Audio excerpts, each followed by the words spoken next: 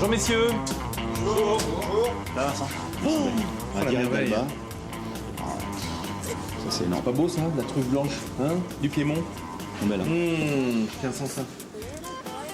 Hein?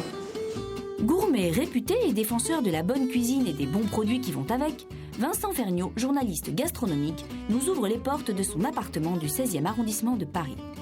Ici, on trouve bon nombre d'objets et de meubles chinés dans les brocantes. Des vases napolitains du XVIIe siècle, un buffet campagnard ou cette collection de vieux miroirs au mercure. Mais la vraie passion de Vincent depuis quelques années, ce sont les montres de collection. Il en possède aujourd'hui une petite trentaine. C'est son épouse, Frédérique elle-même passionnée, qui lui a transmis cet amour de la belle montre. Et au départ, c'était pas gagné. D'abord, je voyais pas l'utilité de porter une montre. Ça me gênait presque.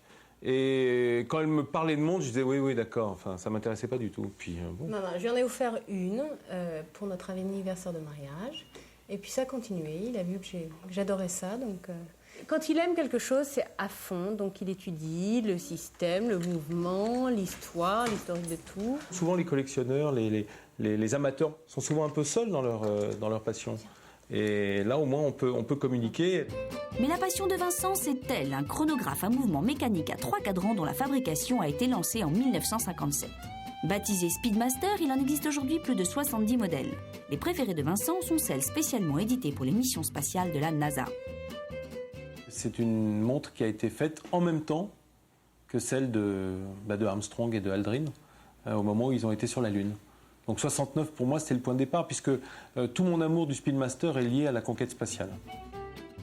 Et celle dont rêve Vincent, c'est la première de la série, la Speedmaster de 1957, aujourd'hui introuvable. C'est une des 2 montres que je rêverais d'avoir. J'ai été en voir une avec mon ami Pierre Hermé, lors de notre dernier voyage à New York ensemble. On a traversé tout le Queens le soir en métro pour aller voir un type qui en avait une. On se disait peut-être c'est une copie. Elle était magnifique. Et le type en voulait 20 000 $. Bon, celle-là, de toute façon, je sais que je la trouverai jamais. En tout cas, pas dans mes prix. En revanche, le modèle d'après, la 2998, ça fait des années que mon ami Cyril Thielen me promet de me la trouver. Cyril, c'est au Puce de Saint-Ouen qu'il officie. Sa spécialité, les montres anciennes. Avec Vincent, ils se connaissent depuis des années. Écoute, j'espère, ça va, oui, ça dépend de l'arrivage. Chez Cyril, Vincent aime regarder les montres, les disséquer et en parler pendant des heures. Je crois que la montre, c'est un objet vivant. Alors vivant, c'est peut-être un peu exagéré, mais au moins animé. Il se passe quelque chose, il y a ce battement, il y a l'amour de la belle mécanique. Moi, j'ai toujours adoré ça, le mécano, le Lego, l'assemblage, et le côté miniature qui fonctionne. Parce que moi, j'ouvre mes montres, je vais voir les mouvements, je vais essayer de voir comment ça marche, comment ça fonctionne, comprendre. Bon, pour ceux qui n'auraient pas l'occasion tous les jours de démonter une montre, sachez qu'il y a des petits trucs pour ne pas se tromper dans l'achat d'une Speedmaster de collection. Il vaut mieux choisir une authentique mécanique suisse, un boîtier en métal noble, or ou acier. Surtout, pas de plaqué. Quant aux détails, regardez du côté des aiguilles. Si elles sont en pointe, appelées dauphines, il y a de fortes chances que leur production remonte à avant 1964, c'est-à-dire avant même que la NASA ne les ait validées.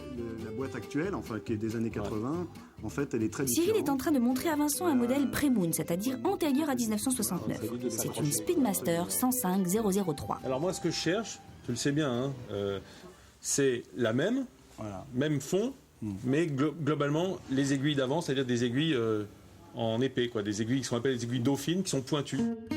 Vincent la recherche depuis 2 ans, une Speedmaster Pré-Moon avec ses aiguilles dites dauphines, ce n'est pas facile à trouver. Finalement, tout l'intérêt de ces montres, c'est leur histoire, liée directement à celle de la conquête spatiale. Et il y a des montres de mission plus recherchées que d'autres. Il y a l'Apollo 11 qui est en tête parce que c'est la première, ou la 13 qui est très demandée depuis le film Apollo 13. L'Apollo 17 étant très recherchée parce que c'est la dernière. Sur chaque montre, le cadran des secondes est remplacé par l'écusson de la mission. Voilà, et les saveurs, ils sont comme ça. Voilà, toutes les missions avec l'heure, la date, et sur chaque... Bon, évidemment, le plus recherché, Apollo 11. Apollo 11 et Apollo 17. Et puis toi, comme tu es un malade de Speedmaster, en plus, ce qu'il dit pas, c'est qu'il n'assassine pas les prix. Ça lui fait mal au cœur de vendre trop cher les Speedmaster, parce que c'est un acheteur avant d'être un vendeur. Ça me fait déjà mal au cœur de les vendre. Oui, c'est ça. T'aimerais bien les garder. Voilà. Racontez-moi, vous êtes africain.